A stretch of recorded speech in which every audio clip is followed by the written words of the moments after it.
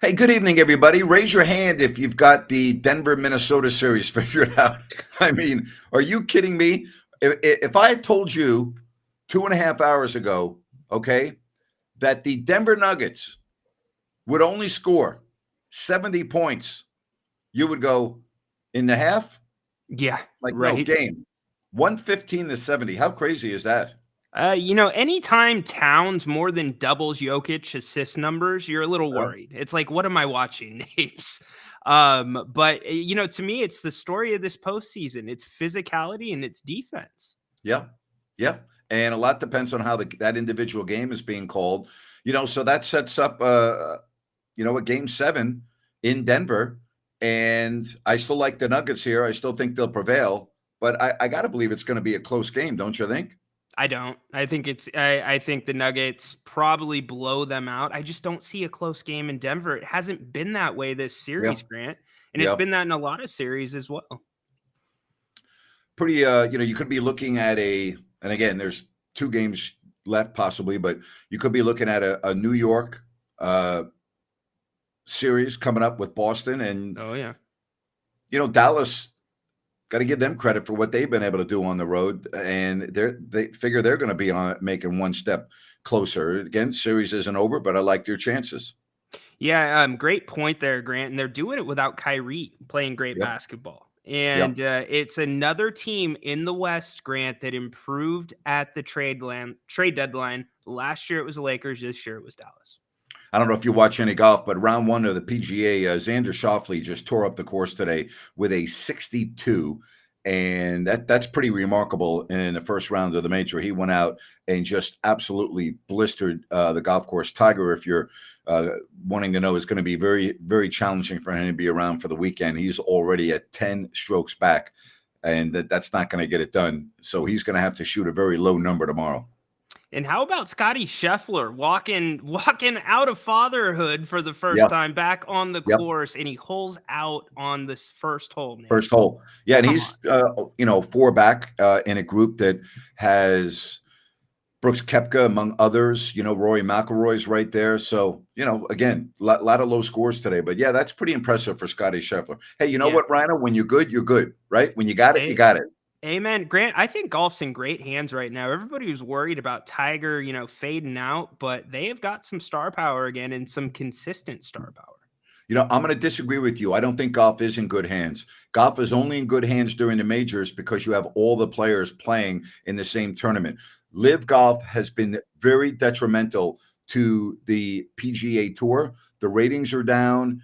There's a lot of issues going on. There's a lot of friction among Mhm. some of the players, such as Rory and I'll come up with the name in a minute, but it's there's a lot of issues going on with golf right now, Ryan, and it starts with the ratings. People like myself who love golf, and I do, Ryan. I'm finding myself rather to Patrick Cantley is the name. Cantley and McIlroy. There's some issues there, but I'm finding myself, Ryan, not watching tournaments anymore unless they're a major. And the reason for that is I'm not watching the best golfers in the world unless Mm. it's one of the four majors because you don't have the best golfers in the world playing together anymore. So it's really actually hurt the game, and the ratings have reflected that. Well, I think you're right on the whole. I mean, friction is good. I mean, competition can be good. They've got some major things to figure out. 'Cause you remember they rattled the nest talking about that merger, Napes. Yep. And what's going on now? I mean, we're not hearing a Who knows? ton. So that is not good. But yes, you're right about the majors. But still, if you do tune in, there's good golf. And if there wasn't good golf, can you imagine what the PGA Tour would be doing right now? There is good golf, and you're correct. But it's good golf without all the stars because Yeah. so many of the stars now are on the Live Golf Tour. The Brooks Koepka, John Rahm, right, and Dustin Johnson. So when you watch a regular PGA event, not a major, you're asking yourself, do we really have a legitimate winner? What would have happened if we had the best golfers in the world playing, such as at Sure. the Players Championship? So it is a issue. So we'll move on. We'll talk about that. The Rangers are moving on to the Eastern Conference Finals. They come from 2 goals down to beat Carolina. And when anything else you want to talk about today, it's an open forum. We can go in any direction you want. Yes, indeed. In fact, you can call the show. The QR code is above Grant's shoulder. We've also got it in the chat. You ready to take our first call, Yep, partner? let's Let's do do it. it. Andrew, welcome to Open Forum Thursday. Hey guys, thanks for having me. Hey, Andrew, thanks for coming on. We appreciate it. Yeah. I mean, you guys were just on the PGA. I was watching a little bit of the tournament this afternoon.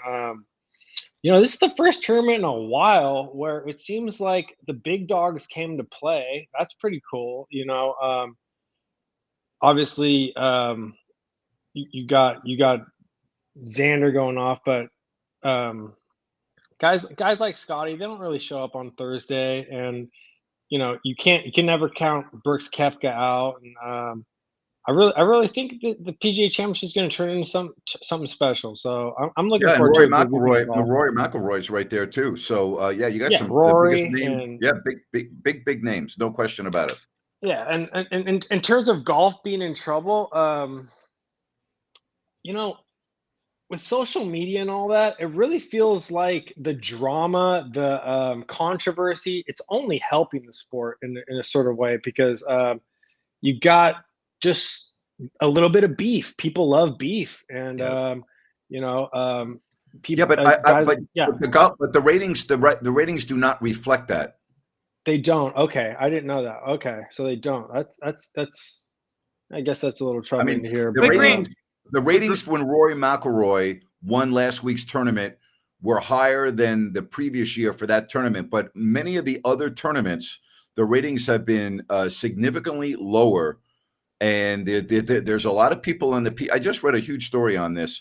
There's a lot of people and players, not just that, are concerned with what's going on with the state of golf. mm-hmm. Yeah, I don't think that's wrong. Really quick, I just want to say this, Andrew. I wonder about the ratings because, yeah, I think the older crowd is really what is that push in the ratings because the younger crowd is consuming golf and media so much different. I know Andrew was kind of referencing that with social media. Yep. But social media doesn't put money into the pockets of the PGA. In other words, yeah, it helps for marketing and everything. And I think that the series on Netflix has been really good for golf. I don't know if you've watched that at all. I have. I've enjoyed it. But, it really boils down to your TV ratings. And there's, again, well, I'll use myself. And again, I don't want to put words in your mouth, Andrew, because I do watch golf. I'm a big golf fan. I enjoy it. But I find myself watching less and less golf right now. First of all, I don't know about you, but I don't watch the Live Golf Tour. I've watched maybe 10 minutes since the Live Golf Tour started, and I got completely turned off by it, and I haven't gone back to it. Do you watch the Live Golf Tour at all? So just like you, I watched it for probably like half of an hour. Couldn't figure out the scoring. I was like, I'm over this, and changed the channel. It just wasn't for me. It felt like, but you still have the, I don't know, you got guys who don't like each other, and I think it's kind of like NBA basketball, and you get those just trash talk, little rivalry. It's different from golf that I remember growing up on. But if the numbers aren't reflecting that, then I guess it's really not. Well, there's that. Translated. There's that. There's a combination of two things, and it's a very good topic. That's number one. And number two, the fact that Tiger Woods is not relevant anymore also is something you must factor into ratings. I mean, you know it, and I know it. It's when Tiger was away from the game, the ratings dropped. When Tiger came back, the ratings elevated. And that's what we're seeing now. Even though Tiger's playing, if Tiger's not around for the weekend, it really hurts. Now he was around for the weekend at the Masters, but he finished in last place. But there were still people that were tuning in to watch Tiger Woods. I mean, yeah, Tiger's one of those guys. He's basically is his own. He's like a LeBron. He's like a I know you're not a soccer guy. He's totally separate entity. One more thing I wanted to ask you guys. I know I'm getting a little ahead, but let's just say the Knicks advance and you really have a New York versus Boston Eastern Conference final. One, can the Knicks compete, take care of business? And two, Grant, as a guy from New York, what really is the total beef between New York and Boston? Because all I see is social media and this and that, and it's like, why are Knicks fans so freaking just hostile and just like crazy towards Boston? Is it a Sacramento, like a LA thing, or I don't get that? You know what I mean? It's not even comparable to Sacramento and LA. It's very difficult to Not compare even it to comparable. anything. Okay. I always felt that it began with the Yankees and the Red Sox, not with the Knicks and the Celtics. Boston and New York fans can be very crass. I felt, and I still believe this to my heart because I've experienced it both, the atmosphere at Yankee Stadium for Yankees Red Sox games became a lot more friendlier, if I can use that term, after 9/11. Before 9/11, there were fights. There was beer being thrown on each other. I mean, it was nasty. I was at many a Yankee Red Sox games during the rivalry where both teams were really fighting out in the late 70s, and it was nasty. If you were a Red Sox fan at Yankee Stadium, you had to go in there with a degree of common sense. And I would say that I've never been to Fenway Park for a game, but I believe that was true there. After 9/11, it changed. You go to a Yankee Red Sox game now in Boston, just turn on the TV. There are a lot of Yankee fans there, and they're having fun and they're celebrating. And in New York now, same thing. Red Sox fans go to Yankee Stadium, they celebrate, and they don't have to worry about getting punched or having beer thrown on them. So it's changed. From a vocal perspective, maybe not as much. I mean, you hear it at, Madison Square Garden, even the FU chant to Reggie Miller. It's totally different on the East Coast. It's different in Philadelphia too. It's different. I don't know what makes it different. I don't, other than the fact that in the wintertime, which doesn't apply to the Yankees and the Red Sox, but in the wintertime in that region of the country, you're not going outside that much. You're sitting at home and you're watching games or you're going to games. Whereas out in California, there's so much to do in the wintertime. You can go golf, you can go skiing, you can go swimming. Okay. You can do a lot of different things. You're outdoors more. You're not sitting in front of your TV all day because it's too damn cold to do anything. I think that's part of it as well. Yeah. So the F the Knicks chants came out outside of the TD Garden last night, and I was just like, what's the deal? The Knicks haven't even gotten there yet, but I'm looking forward to that. I really hope. But you also have to remember that it's been such a long time for the Knicks. It's been such a long dry spell. I'll compare it a little bit to what we experienced in Sacramento last year, right? When the Kings started after not being in the playoffs for 16 years, and you knew they were going to make the playoffs, and the city was going bonkers. I mean, me and Ryno, we were doing shows downtown Sacramento, and the atmosphere was incredible, right? I mean, so you got to understand, it's been a long, long time since the Knicks were relevant. Yeah. Well, I'm a Kings fan. For some reason, I really hope the Knicks get through, and I hope they really take it to Boston. I hope that's a good series. So, anyways, good call. Really, really appreciate you guys. Thank you. I appreciate you. Ryan, without Anunoby coming back, if he's not able to play in that series, I don't see how the Knicks could beat Boston, and I'm not so sure they can beat him even with Anunoby. But if Anunoby cannot come back and play, and again, I don't know, he was doing some light movement on the court yesterday. I don't like the Knicks' chances. I mean, there's going to have to be more than just Brunson and Hart. Yeah, it's going to have to be a perfect performance. And even if it is, like you said, the matchups, they're just not right. I don't think you're going to get Boston 4 times that shoots the 3-ball poorly. So I think the saving grace is the physical play. If some way the Knicks can impose that will. You see Hartenstein the other night, 17 rebounds. Things like that. That's how they might have a chance. But OG is a huge key to that. Well, they got to win one more game first to get there. Tell me they're not making some money at Madison Square Garden this spring. Oh my goodness. What's the hotter ticket, you think? Knicks or Rangers? Knicks right now, but not by much. I would say, I'm going to take that back. I'd say it's probably similar. Okay. Is there a lot of crossover between like the hardcore Knicks fans, hardcore Ranger fans, or is it more casual? Okay. No, there is crossover. That's a great question you just asked me. Because the Knicks, it's been such a long time, I think a Knicks ticket would hold more weight than a Rangers ticket because the Rangers have been good over the last couple of years. They've been to a finals. They've been successful in the playoffs. Sure. And so there's been more opportunities to experience that at the Garden, whereas with the Knicks, you really haven't. So the Knicks is probably a hotter ticket, if I can use that term.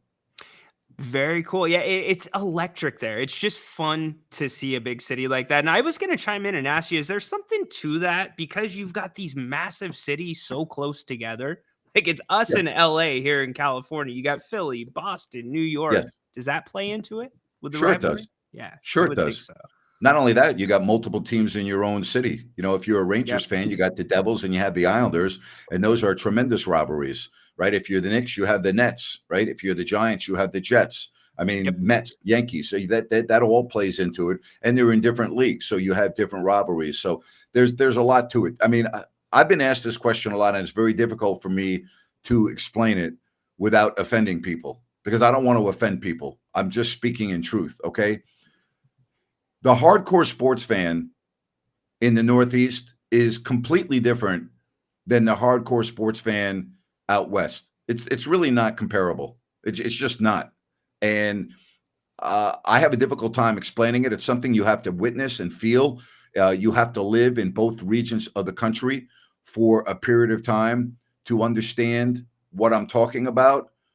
But if you take the most ardent, hardcore fan of Philadelphia, of New York, or of Boston, okay, and compare them to that type of a fan on the West Coast, there's no comparison. It's night and day. It just is. Usually, And yeah.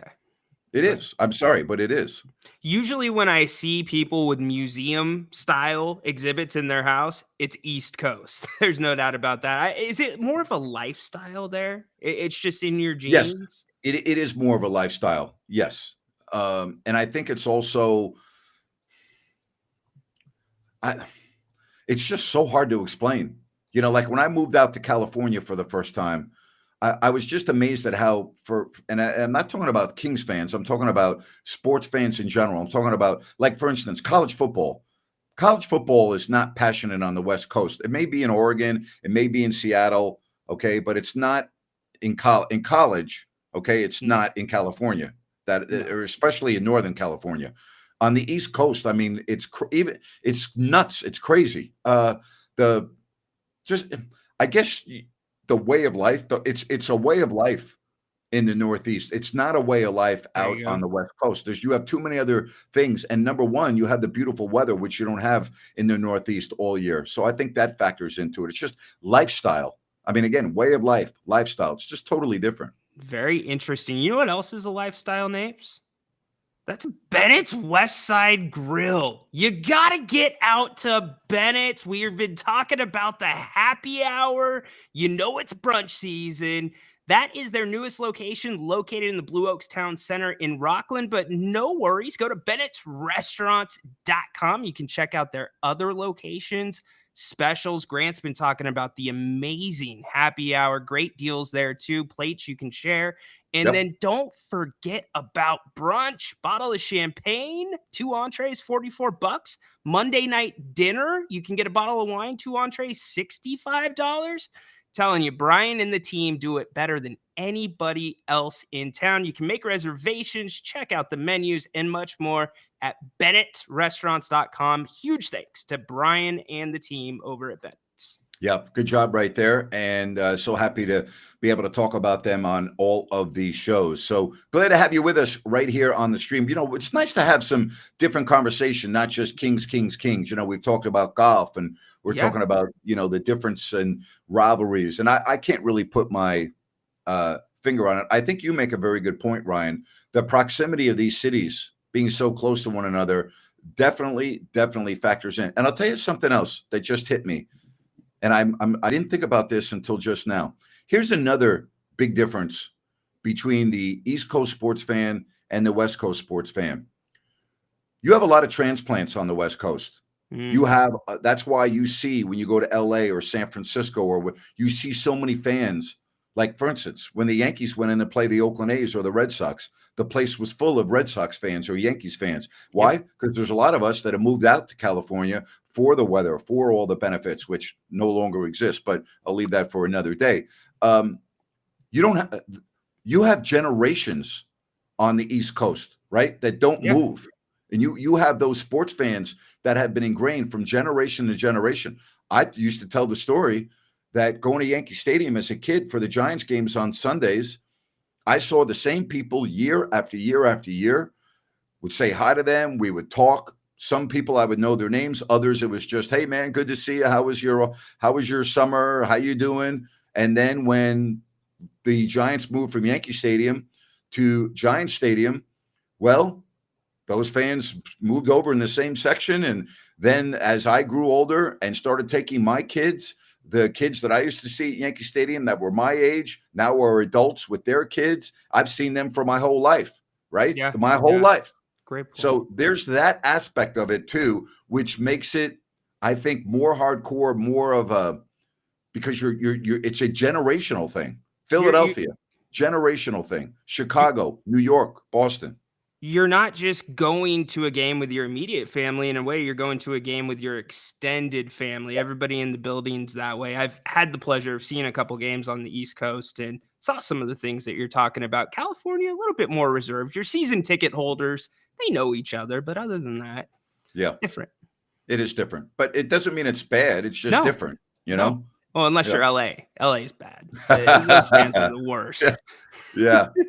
Right. But it's interesting when you look at different parts of the country. Like, you know, when I worked in central Illinois and I covered the Big Ten, both basketball and football, there was really, that was an incredible experience for me. And to experience that degree of college basketball, that's when Bobby Knight was at Indiana and Steve Alford was playing and Bill Frieder was at Michigan, and they had those great teams. And Lou Henson had a top 10 Illinois team, and, you know, Purdue with Gene Cady, and like that atmosphere in those games were unbelievable. I mean, and I had never experienced anything like that. And I grew up in New York at some great venues and doing some tremendous things. But then when I moved to Sacramento in '87, I told you I wrote a letter to the general manager of the Kings after my first couple months in town, Joe Axelson. And at the end of the letter, I hope that the fans of Sacramento realize how lucky they are to have this team here, because I just came from the Big Ten country, and going to a Kings game reminds me of being at a Big Ten game. I mean, it was like being at an Illinois Indiana game that was on the game of the week on NBC, which they were on the game of the week all the time. Illinois and Indiana was a huge rivalry because they were both top 10 teams, and you couldn't get a ticket to go. If you had a ticket, you consider yourself blessed. And the atmosphere started not only the day of the game, it started the day before the game with people camping out outside of Assembly Hall or, you know, wherever the venue was.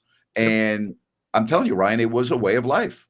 Exactly right. And in some cases, with some of those schools, there's not pro teams in those states, in those cities. Those not are in those areas.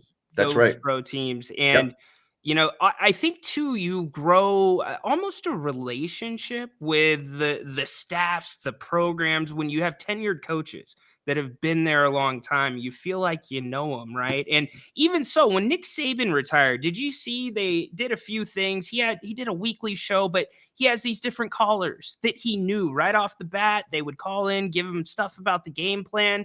You wouldn't think that of Nick Saban, but Alabama football is everything in Alabama. Yeah, it is everything. I went to an Alabama game a couple of years ago, and you want to talk about a way of life. It is life. I mean, no, and I'm not exaggerating. The people that live in that state, whether you're an Auburn fan or an Alabama fan, your entire life, and I'm not exaggerating now, revolves for so many people around the football team. Yeah. Okay, even though you're only playing 6 games at home every year or whatever the number is, your entire calendar year is centered around those 6 days, and then the other 6 that are on the road. Your entire being in the state of Alabama, and I know, and I'm saying this because I know a lot of Alabama fans now, and they're very successful businessmen. Okay, they have careers, but their career is completely secondary to Alabama football. Their entire year is centered around the games. They're all their plans, all of their extra money, all of their social, everything, what they wear, everything is centered around those days. It's unbelievable to me. Yeah, and even to a lesser degree, you got a taste of it last year when you went to Tennessee. You saw an SEC game there. Same thing there. I mean, again, it's incredible to me. And that's probably what got me so attracted to sports was when my dad took me and my brother to games at such an early age. Yeah. It was my first memory. Like, I mean, I remember being at a Giants game watching Y.A. Tittle throw a pass to Del Schaffner when I was 3 years old. I remember it. I mean, I truly remember it. And I'm like, I don't remember anything else at age 3, but I remember watching Y.A. Tittle throw a pass to Del Schaffner, but I don't remember anything else from age 3. That's been my way of life. It's how I was brought up. And it's like, people always talk about going to live events. To me, there's nothing like going to a live sporting event. I remember getting so excited as a kid. And by the way, we didn't have great seats. We were sitting in the bleachers at Yankee Stadium. The Giants were terrible. You know, it wasn't like I was getting ready to go see a great New York Giants team. No, I was getting ready to be in a stadium with 80,000 other people, which is what it was, 80 plus thousand back at the old Yankee Stadium. And it was just electric to be at the game. And I'll never forget that. I'll never forget the feeling of walking into a professional sporting event, whether it was the Rangers on a Sunday or whether it was the Jets or whatever. I used to live for that and love that and get so excited. And that's to this day in my 60s, no different when I went to a Tennessee football game this past year with my son and his girlfriend. No different. I was so excited and so juiced up to go to a game. Like, I love going to live events. I love it. I love it. I hear you. And when you go at that young age, if you're around the game at a young age, even if you don't end up playing it, even if you don't end up calling games, the game teaches you life lessons really quick. It does. It does. I was at the first game this year of Vegas Golden Knights when they celebrated their Stanley Cup with the banner going up and everything. And it was electric. And it was just a great spectacle to be at. So I think I speak for a lot of people. I think I speak for you. I mean, going to a live sporting event is incredible. Hey, a little bit of a teaser here. I go to Thailand every now and then. And if you used to watch me on TV, all of this clothes that I used to wear, I used to buy in Bangkok from my tailor, Bobby. He and his father have had their business for over 50 years in Bangkok, and they're still going very strong. But now what they do what they call trunk shows. And twice annually, they go to the United States, and they pick a region of the country, and they tailor your clothes for you. They're going to be in Sacramento on June 18th, okay? And I want to tell you this. You cannot get better clothes for a better price than Raja's Fashions. Okay. And I'm just giving you a little teaser. I'll give you some more information. Can't wait. As we get a little, maybe starting next week, I'll give you a link. I'm not getting paid for this. So I'm not getting a dime. I'm not getting a free shirt. I'm not getting anything else. Bobby and his father and his business, they are the freaking best. They have people visiting Bangkok from all over the world, like I used to do, just to buy the clothes. And they're going to be right in Sacramento. They're going to be downtown Sacramento on June 18th. And their process is unbelievable. Let me just tell you real quickly what they do now. Please. Okay. Yes. So let's say you want to buy a suit. Okay. You pick out the fabric, whatever fabric you want. They have all the samples there. You pick out the fabric. Let's say you order 2 suits, maybe 2 sport coats, maybe 2 pairs of pants, maybe 5 dress shirts, whatever the case may be. Sure. They go back and they make you 1 shirt, 1 suit, 1 sport, whatever the case may be. They ship it to you. Okay. Then you do a Zoom call with Bobby. Bobby has you put on each garment that he has shipped to you. Maybe it's 1 suit, maybe it's a shirt, maybe it's a pair of pants. Bobby then can tell from the Zoom call what needs to be altered. Wow. He will then either send you up to $100 to do all your alterations, or if you want, you can send the garment back to Bangkok, which I asked Bobby, how many people do that? He goes, about 50%. They then alter it, and based on everything that they have on the video, their tailor can then make the rest of your clothes completely to order so that when you get the rest of your shipment, everything fits like a glove. So quite a process. Incredible. Now that is freaking awesome. And Yep. doesn't somebody have a couple people we know have birthdays right around that date, I Yes, think. that's correct. How Yeah. about that? Yeah. So So anyway, I'll give you the information. If that's something that would interest you, I'll give you the information again. I'm not getting paid. Bobby's a very dear friend of mine. I've known him for 20 years. His father, Raja, they're great. I'm just telling you, their shop in Bangkok is unbelievable. They have so many customers that come from around the world, and now they're going to bring it to you. So if you're available on June 18th, you want to buy some shirts, you want to buy a suit, you want to buy a sport coat, whatever the case may be, I'll give you the link. Send it to Bobby, and then Bobby will actually bring certain fabric that you might be interested in. So he'll email you and go, "Hey, just give me an idea what you might be interested in." He's going to bring it, so you can see it right there. You can touch it, you can feel it, you can put it up. Love Great. it. I love it. You know what? That's almost the type of guy you just let him pick out what he thinks is right, and you let him do his thing. It's unbelievable. I was there about 10 years ago, and I spent 2 hours picking out all my fabric, right? Yep. They're going through all this, picking out. Oh, I'm like, yeah. oh, wow, I can't wait. I can't wait to get fitted. And it's quite a process. And what you do about 4 fittings during the week that I'm there. Anyway, Bobby comes over. He goes, "Let me show you this." He goes, "Put this away." Bobby goes, I go, "Bobby, I've been here for 2 hours looking at all the fabric." He goes, "I know, but now I'm going to tell you what's going to be better for you." I'm like, "Bobby, why don't you just do that when I walked in?" He goes, "Because I want you to experience it for yourself, and I'm just making recommendations." And I started laughing. So, here's the other thing they do. So we like our clothes differently, right? Sometimes you want your buttons a certain way, you want your collars a certain way, you want your cuffs a certain way. Do you want cufflinks? Do you want pleats? Do you want no pleats? Do you want this? So Bobby then hands you an iPad, and it has 10 steps, and you design on the iPad how you want your garments based on the design you like. Everyone's particular. Everybody wants, and then do you want your monogram on your sleeve? Do you want it on your shirt up here on your, it's an incredible process. But anyway, go ahead. How many suits were in the rotation when you were calling games? Oh gosh. Well, I had, that's a good question. I would say I had, including sport coats and suits that I wore during the course of a year, probably 8 to 10, but I had completely different shirt and tie combos that went with everything. So it could look like 30 different outfits. For sure. Sign of a good tailor. I would go on a 6-game road trip, and I would only take with me generally 3 different types of upper garment, meaning either a suit jacket or a sport coat, and would bring 6 different ties with probably 4 different shirts. And every time I was on a 6-game road trip, it looked like I had a completely different outfit on, but maybe I had the same jacket, but I had a different tie or something, because you didn't want to take, it's too hard to take 6 suits or 6 sport coats on a 6-game trip, Yeah, I hear you. And unlike Jerry Reynolds, I'm sure you brought a pair of trousers. Yeah, I did. I didn't have to spend $300 at Lansky Brothers at the hotel in Memphis. You're exactly right. I'm like Jerry. How do you like your new pants? He goes, "Well, they're not just my pants. They're my pajamas. They're my workout clothes. They're everything." And then I said, "Jerry, they don't show our pants on TV. I don't know if you're aware of that. They only show us from basically the chest up. You could have worn your jeans for this game and nobody would have cared." And he's like, "Okay, I'm going to try to return these pants after the game."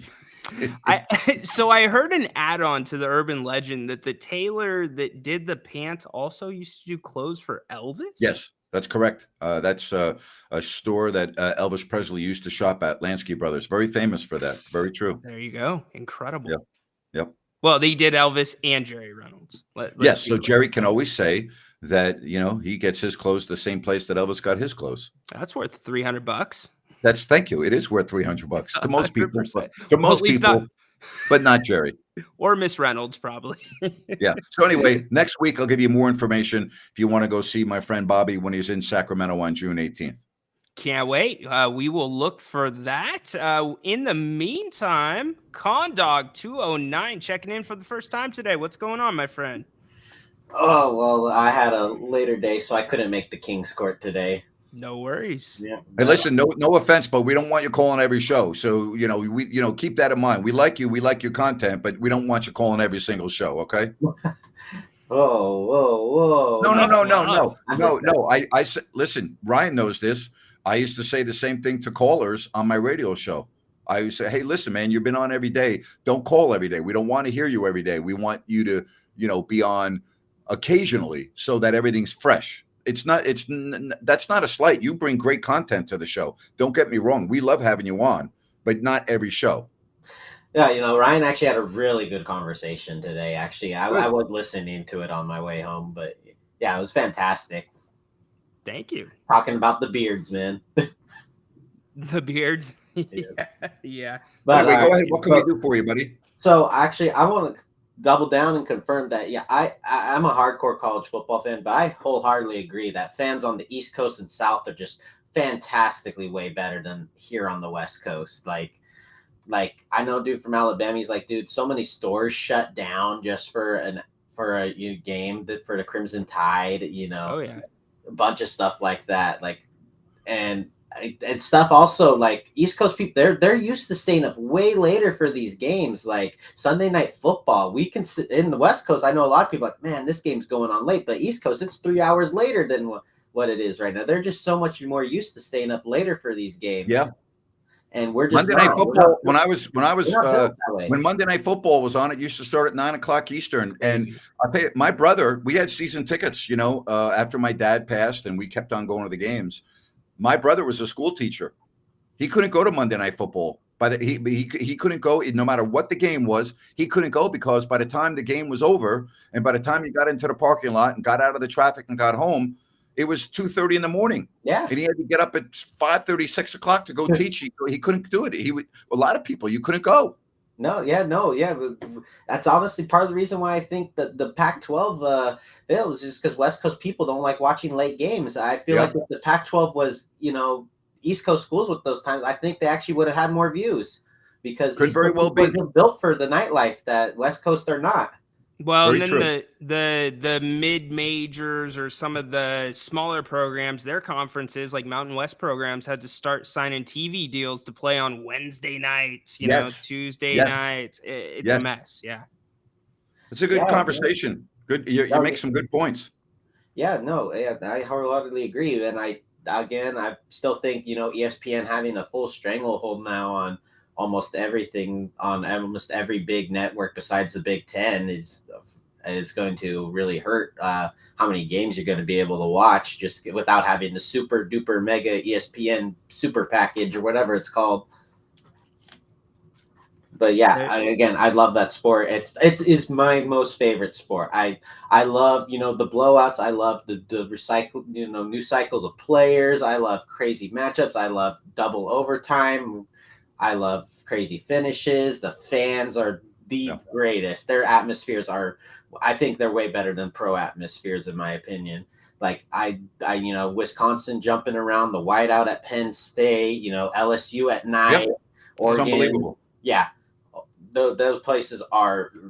My brother, he lives up there near Eugene, and he told me one time, it was the Stanford game that Mariota, they lost to Stanford. It was dead, like just dead. Like even people that didn't really care about football, it was just dead because they knew that the Oregon season was done. Just dead. Like I can't imagine that in any city in California or whatever, just being dead because a team lost. Yeah, Condog, we appreciate you, man. Good content. Thank you very much. As always, thanks, bud.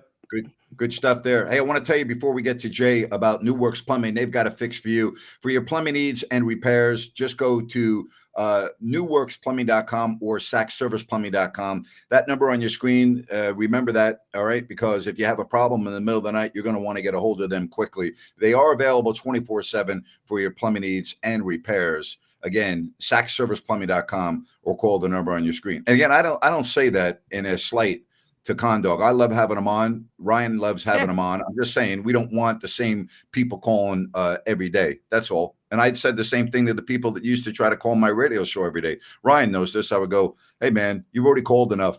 Call tomorrow, Yeah, I think you know what spurred your little meter maid rant was Zach called a few days in a row, I think, or a few times that week. Yes. What's this guy doing? We'll get to this. This is a very interesting question on the Harrison Butker and what's going on. What's interesting to me is they have a player that was in a horrific car accident and left the scene. Okay. and also was tied to an assault of an individual at a nightclub in Dallas. And nobody in Kansas City seems to have a problem with that, but they have a problem with somebody's words at a college delivering the graduation speech. We'll get to that in a minute. Why don't we check in with Jay? Let's do it. Jay, how going you on, doing guys? tonight, bud? I'm doing good. How are you guys doing? Good, buddy. Great. It really pains me when you bring up the Pac-12 because I currently go to Oregon State, so it's really wow. Oh, yeah, it's the Pac-2. Yeah, that's tough, but you know Yeah. what? Beaver Nation, so whatever. That is hard, huh? I mean, what yeah. what is the morale like on campus for the students as it So- relates to all this? Can you like kind of help us out? Because I just Yeah. don't know. I Good actually, question. so I live in Sacramento. I'm going to school online there. Oh, okay. But I fully embrace it, and I've seen like around the campus during like tailgating days and stuff like that. And that's, I mean, in Corvallis, it's really just Oregon State Beavers is what's there for sports. So everybody's wearing the, students' jerseys. It looks like a mini NFL game. So, I mean, it's sad, definitely. I mean, we're losing our head coach. We lost him. Yeah. We lost our DJ Uyunglele, I think is how you say his last name, our quarterback. So, yeah, it's going great. No, but no, it is what it is. I actually transferred from Arizona State, who is trash, by the way, Yep. to Oregon State. So, by the way, yeah, forks down. Arizona puts their forks up. It's forks down. They messed up my financial aid bad, so F them. I don't know if I could say that. But, Really? yeah, F them. Yeah, forks down. So you do everything online for your education? Yeah, for example, I know it's off topic, but for my science class, they actually mailed me a mini lab that I can do from home. So they gave you the supplies and everything. It was actually kind of cool. But yeah, pretty much. Yeah. Okay, stupid question. I know you don't pay for living and housing and everything there, but how does that work for payment? Like how does that work when you're doing a college? Because I've never even thought about this before. Oh, it's literally, everything is online nowadays, pretty much, like payment system, payment processing. So even people that are on campus, they're not going to the financial aid office to make a payment unless they owe money. No, but I mean, do you pay the same as Yeah. tuition as somebody that's on campus that's actually Yes, living there? That's a you good do. question. That's a great question. You would think because I live in California that I would pay the out of state. Yeah. tuition. No, I would Nope. have thought you pay less even Yes. with that because I you're pay- not on campus. Yeah, I pay the in-state tuition. Okay. So, for example, Sac State, lovely school. I didn't want to go to Sac State and be like everybody else that I grew up with. So Yeah. Good for I'll you. go here. I can still get a better education at a discount by still staying here, not having to pay for, housing or on-campus dorms, all that stuff, and still get like a better education. Then, I mean, no diss to Sac State, but. So I just have one quick follow-up to Grant's. So your online classes, like for me, when I was in college, when it was an online course, it's like doing a training. You don't see the professor or anything. Are you zooming into your classes or is it? That's another good question. So they do have some courses that are like you would meet as if you were a regular class on a Zoom meeting, and some are asynchronous. So assignments are going to be due on like Thursdays and Sundays. Right. And then if you pick those classes, they have a whole bunch of teaching assistants that hold live Zoom during the day, during different times to fit people's schedules. So that way you could, jump in and get help if you need. Well, guys, just so you know, you're talking to an idiot here because when I went to college, the term online would have been like you're hanging your clothes up on a line, clothesline right. to dry your clothes. Okay, there was no online. As a matter of fact, I remember taking a computer class when I was in college, and you walked into this building, and the computers were the size of like. They were gigantic. I mean, and Right. Yep. you printed out all of the paper. What was like this, so, if the you want, 90s or the 80s?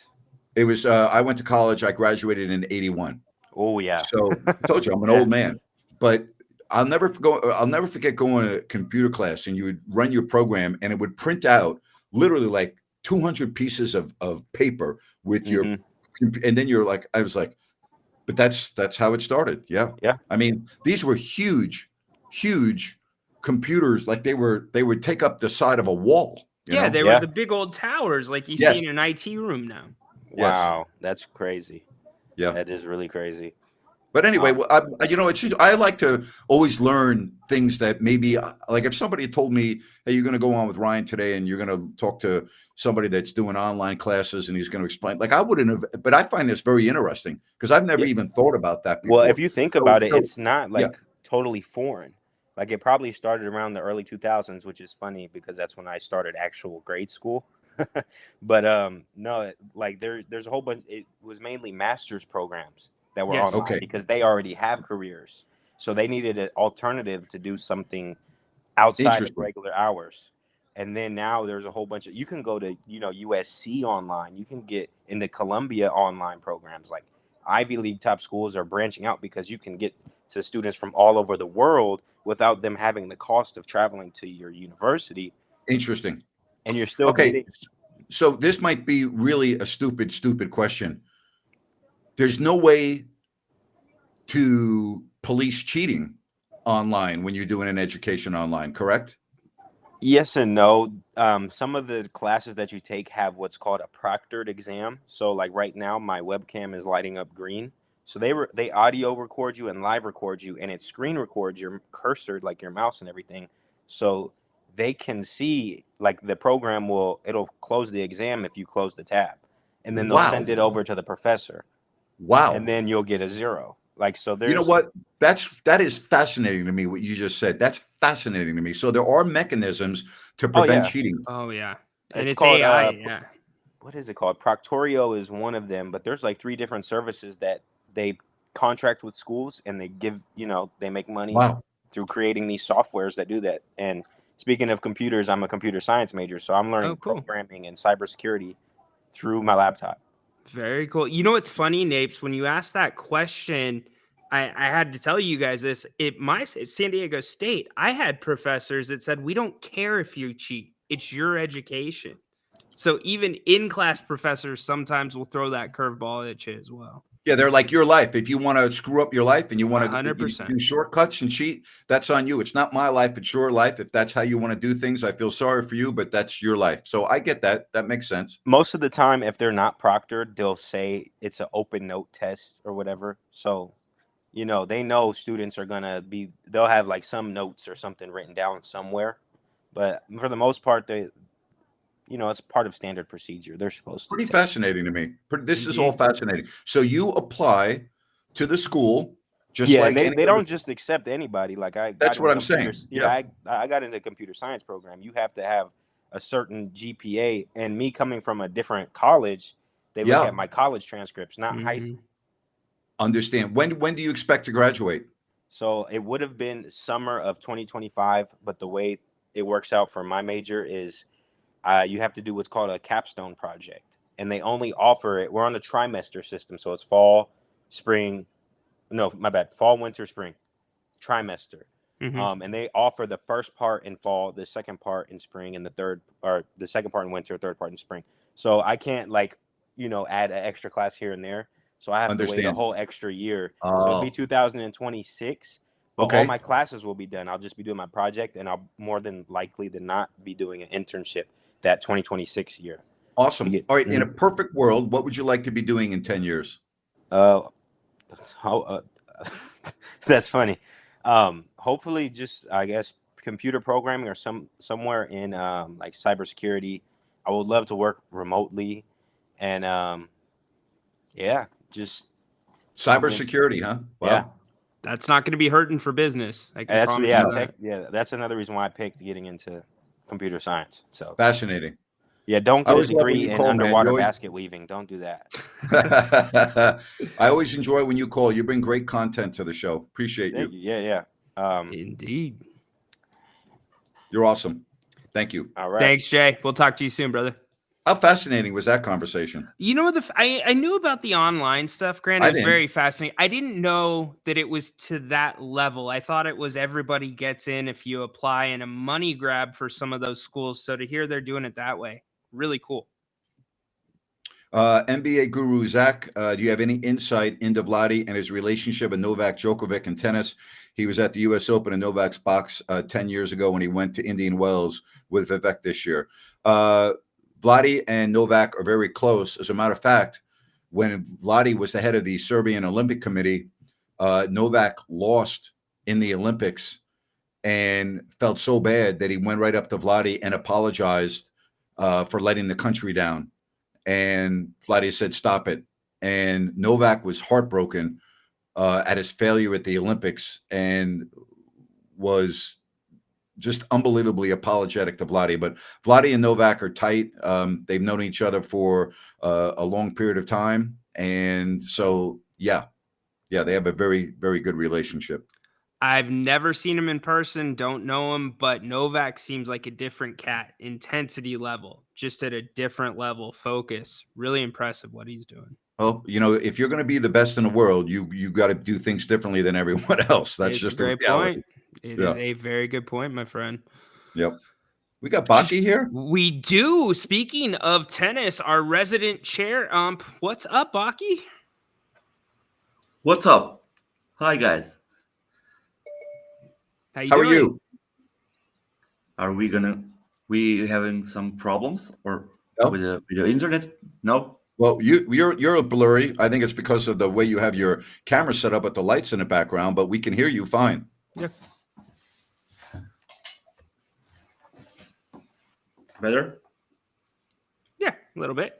That's right. What can we do for you, buddy? I'm going to change complete equipment for the next season. So in the next Good. season, we're gonna see something extra from me. Good. Cool. Maybe some basketball room, like something like that. There you go. That a boy. So I see you switch to the tennis and Vlade and Novak and stuff. So interesting. I know Grant. It was just based on a question from Zach asking about, the relationship between Vlade and Novak. And I know because I'm very, very close with Vlade, and he's talked about it to me on many occasions. Yeah. First two planes in the fleet are named after Vlade and Novak. You know that? Yes, I do know that. Very interesting. For the folks that don't know this, and you know this, Baki, but I'm telling you, Vlade is one of the most well-known, popular figures in the country and in that region. I was with Vlade for a day in Montenegro in August, and I was just blown away by not only the adults that knew Vlade, but all the kids would run up to him and want his autograph or get a picture taken with him. Everywhere we went. Everywhere. Like, I'm not exaggerating. Everywhere. Absolutely.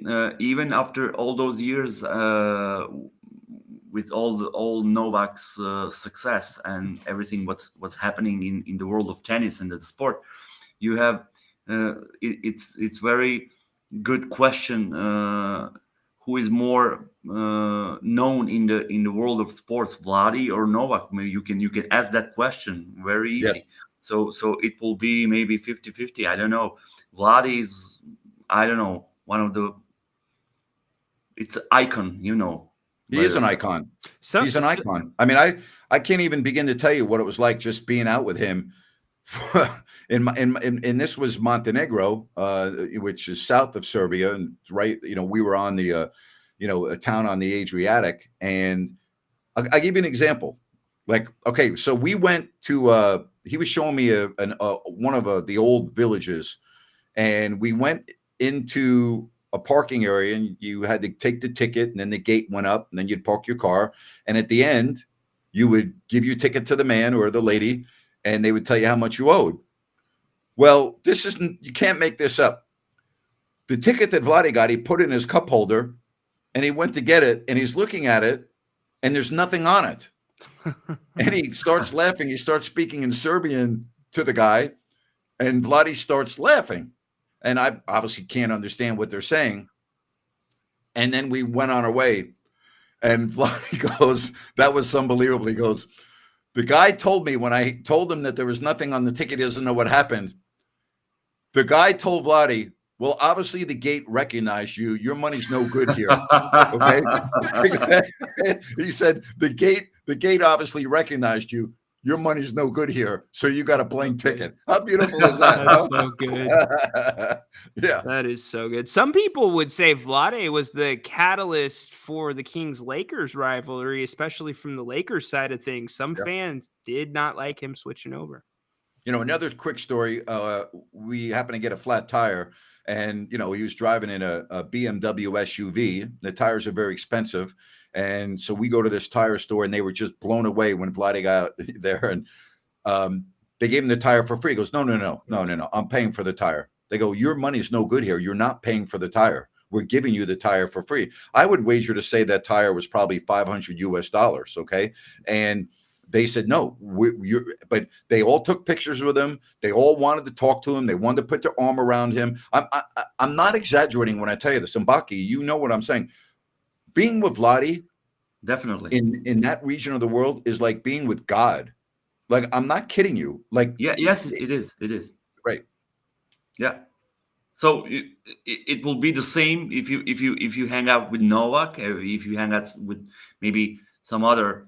But okay, maybe Vlade and Novak are top shelf and all the others. But you said very good point. I mean, like it's like you are with the god. I mean, such a thing. And Serbians are well known about that kind of behavior. They will not pay you zilch just to be with you, just to share the moment, just to experience something, just one picture. And that's it. And they will pay whatever you need. And I would say this, I'm going to disagree with Andrew. I don't think that you can say he's the undisputed greatest of all time of tennis, because Roger Federer, to me, has to be in the conversation. And I know some people think Rafi, but I can't put Rafi there.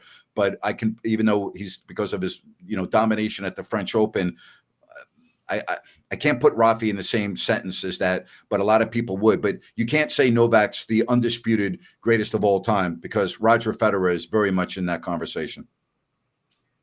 Yeah, you have a lot of conversations about that 4 letters. I mean, goat everywhere. But it's the same you have in basketball. I mean, for some people, there is only one MJ. For others, there is only one Kobe. For the others, there are some other players like Bill and somebody from the past. Well, I don't know. I don't like to compare different areas of sports. It's the same. You have maybe I don't know if you follow, or you maybe followed Formula One. So everybody speaks about some. I mean, there was Ayrton Senna, there was Michael Schumacher.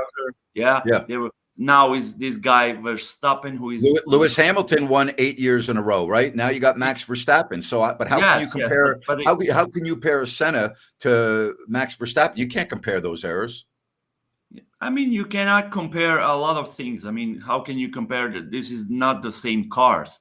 I mean, look at the cars right now. It's practically this Verstappen guy is unbeatable. He's just he's just.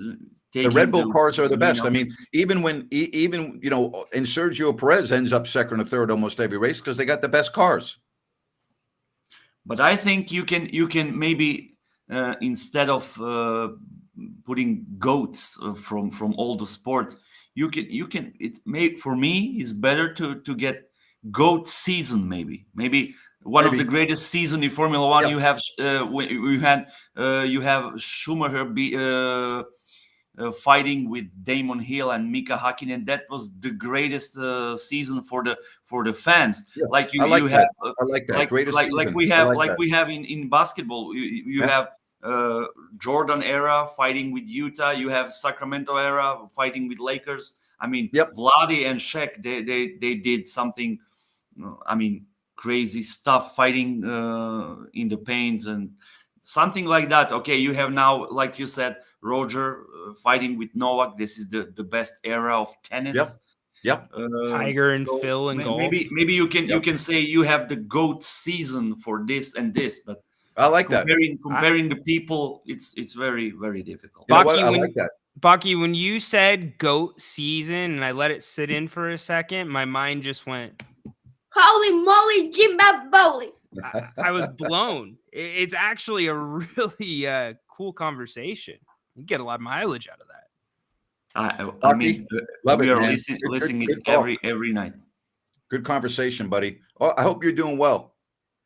I hope you're doing well. I didn't hear you a long time ago, Grant. I come by with Ryno in King's Court because it's 11 p.m. here when he is doing it. Yeah. So we are hanging around, but sometimes I am using this time to sleep a little bit. Good. Okay, so we are waiting November. You do sleep? Okay, that's new. I'm learning so much today. See, I didn't think you slept at all. I didn't. And there's windows in the house too, Napes. We've learned that. Yeah. All right, Baki, you take care, my friend. Dobro jutro from Serbia. Dobro jutro, take care. I want to get to this from our good friend Anita. So cool to run into you today, Ryan. Hey, Grant, I dropped your book in the mail today. Thank you. Been hearing Jared Allen talk, connected with the Kings. Not sure he's a fit. Not too good for spacing. Thoughts? I would take Jared Allen. Yeah, Allen. I would take him. He's been in the news because of the reports that came out. We can get into that another day. But great seeing you today, Anita. That was really cool. That's awesome. She's great. I'll tell you what else is awesome, and that is Sunrise Landing in Calusa. This is the newest residential community from Blazona Development. It is in Calusa.